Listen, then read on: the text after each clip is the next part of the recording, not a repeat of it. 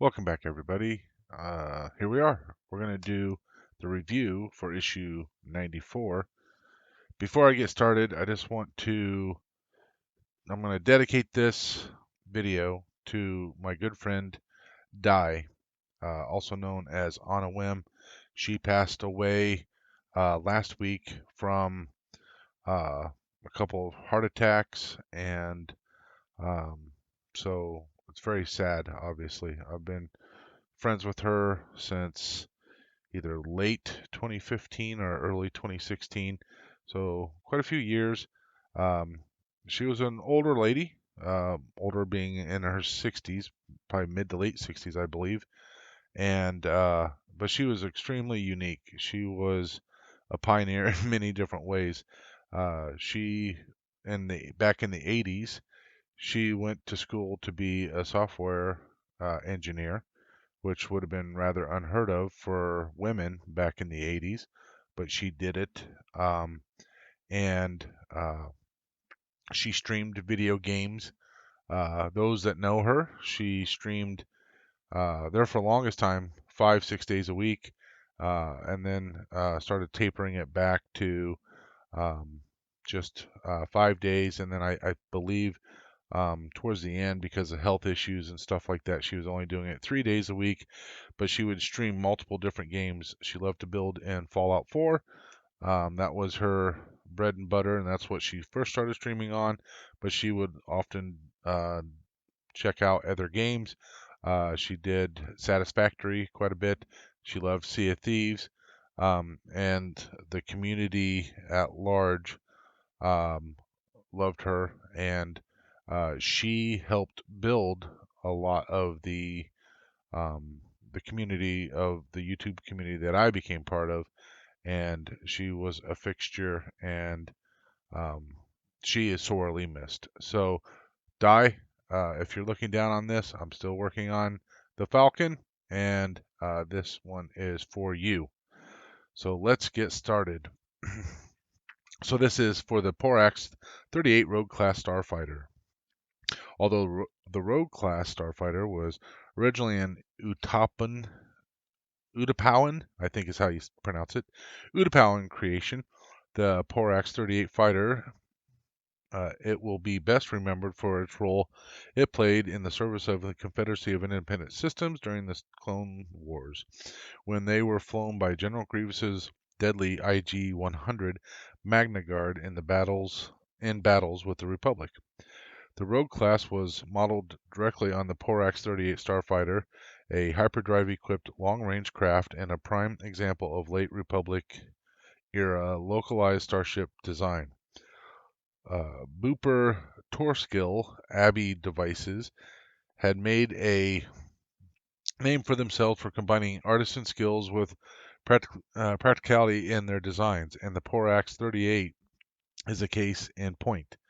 The craft has a relatively compact design, stretching to around 13 meters in length, keeping the profile as sleek as possible. The craft featured a low, swooping cockpit reaching less than 3 meters at its highest point. The fighter is built around a slim central hull with large curved wings reaching out to either side.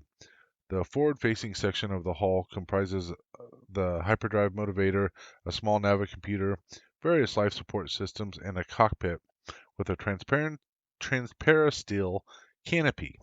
In turn, the wings house the power distribution repulsor lift coils and the inertial compensator. A large portion of the wings are covered with heat sink cells for the powerful deflector shields and their projector webs. Defensive capabilities. The fighter's forward sensors may fool a lot of adversaries into thinking they might be warheads. In fact, the sensors are one of the most advanced systems of the vessel and are designed with defense rather than offense in mind. Calibrated to detect objects at great distances, they give the pilot an early warning of incoming enemies. The sensor package also includes jamming devices, data buffers, and active and passive scanners that are cooled with liquid helium. The scanners have always given the Porax-38 Rogue Class an advantage in high-speed chases in the treacherous canyons of Utapau. Uh, if or when conflict is entered, the ship is able to stand up for itself well enough, as it is armored with two laser cannons on the outer side of each wing. These are powerful weapons fitted with anti-static spikes and powerful Tabana gas.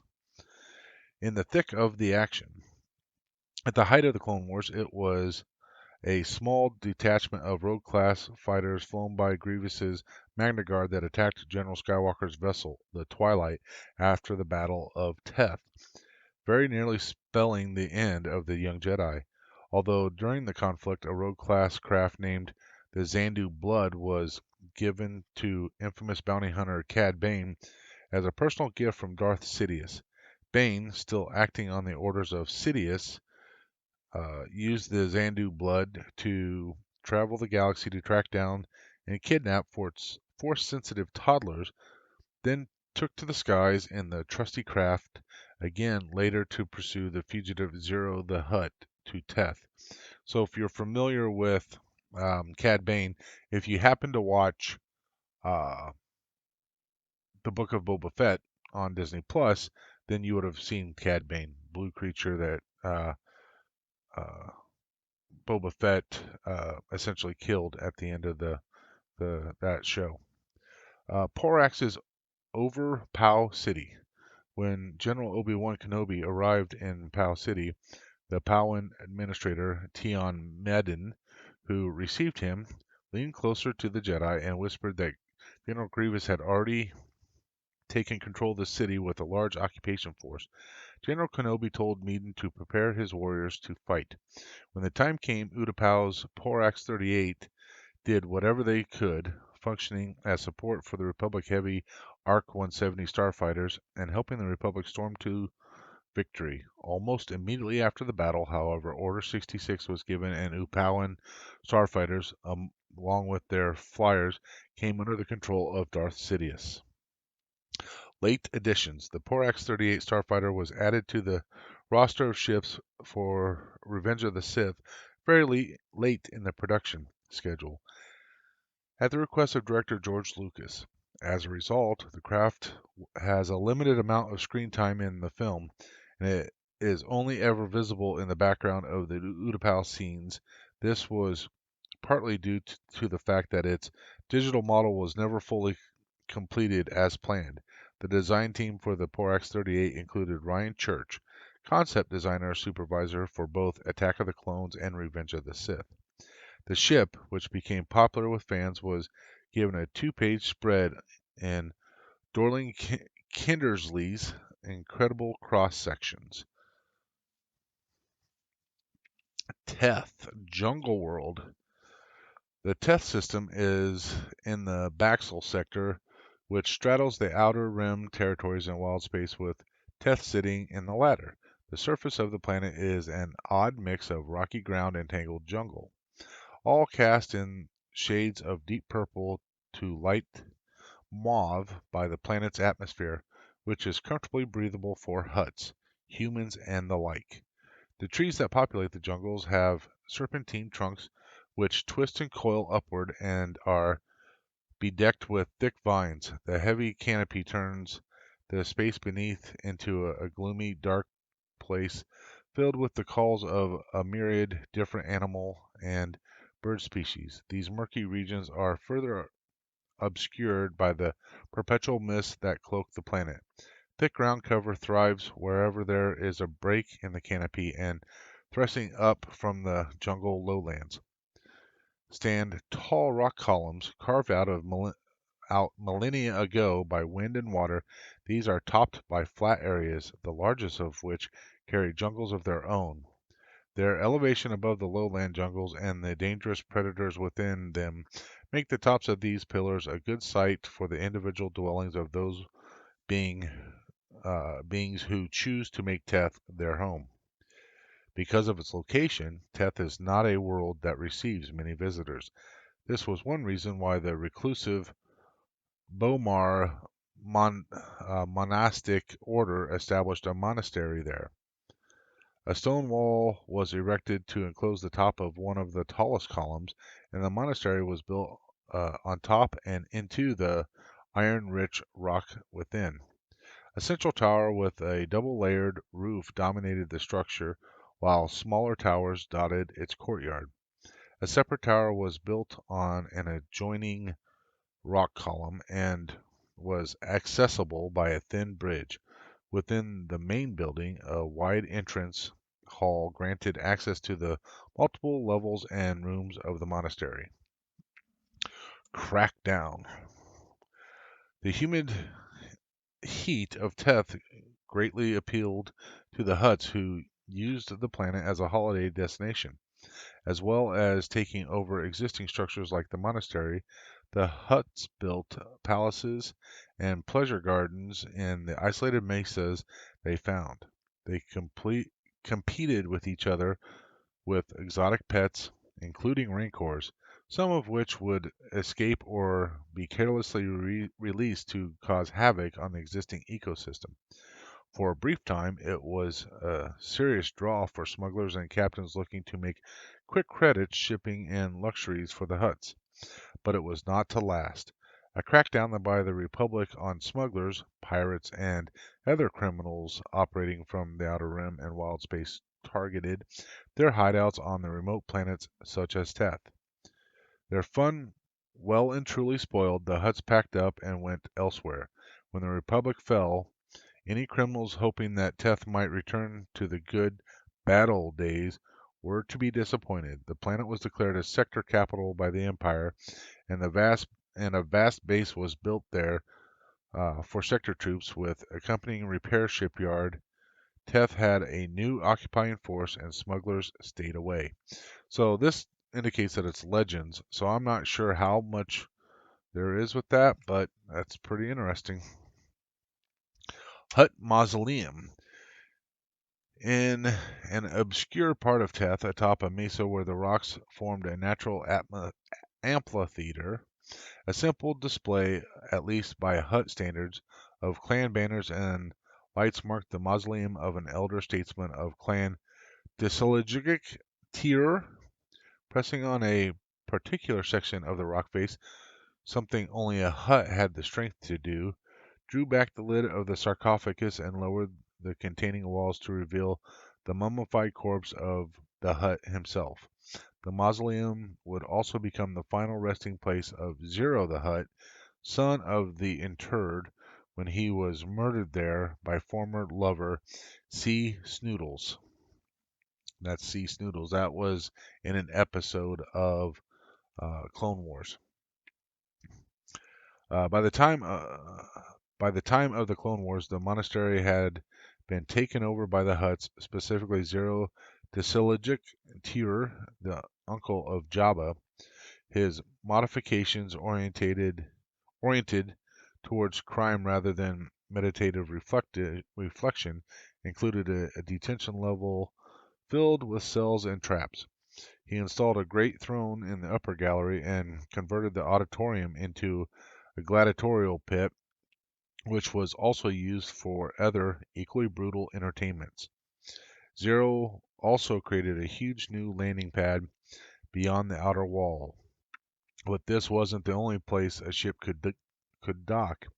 Mindful of the need to allow for more clandestine arrivals for his dealings with fellow crime lords and the like, and not to mention a backdoor escape route, a second landing pad was built on a small rock column a little way beyond the monastery's own mesa. This could be reached by high-flying speeders from the landing pad at the monastery rear exit. Although Teth was the second new planet introduced in the Clone Wars film, it was the first to be worked on. The artists developed it, dipped into the unused concept created by Ralph McQuarrie, something the Clone Wars animated series and its successor Star Wars Rebels would do regularly.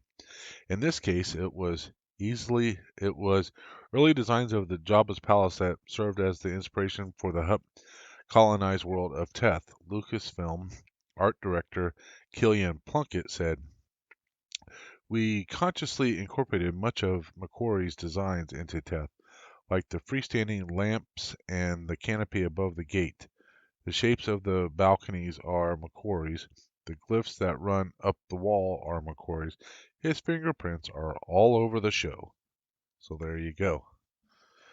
And interesting enough, this here made it into um, Force Awakens. So that was at the, uh, or something very similar to that, was at the, I forget the name of that town, where um, Ray and uh, Finn escaped in the Falcon. So that was there as like a gate or what have you. Let's go to Astromechs for BB-8. The link between pilot and astromech is a strong one, and pilots of the latest models of starfighters always like to have the very latest model of astromechs at their disposal to control their craft's flight and power distribution systems to the best possible efficiency.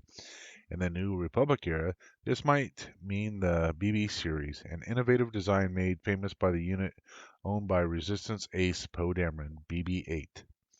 A new generation. When fitted in the astromech socket of Dameron's unique X-Wing, Black 1, BB-8 might be mistaken for simply a compact version of the astromechs of the generation or two before him. In particular, Industrial Automation's domed-headed R series. Indeed, at a glance, BB-8's head does appear to be similar to those of the earlier model, with his front-facing primary photoreceptor and articulated holoprojector array, but that's where the similarities end. Once out of its socket, however, it can be seen that BB-8's body is spherical, powered by an internal motivator and balanced with accelerometers. The droid also differs internally from older astromechs with several key state-of-the-art pieces of tech.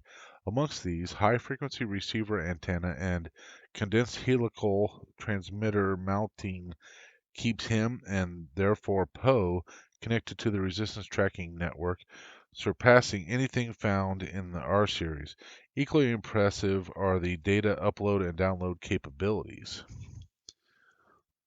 made possible through the Olasteep 4D NanoPen data port located above the stainless inoxium surrounded service access thread in BB-8's head.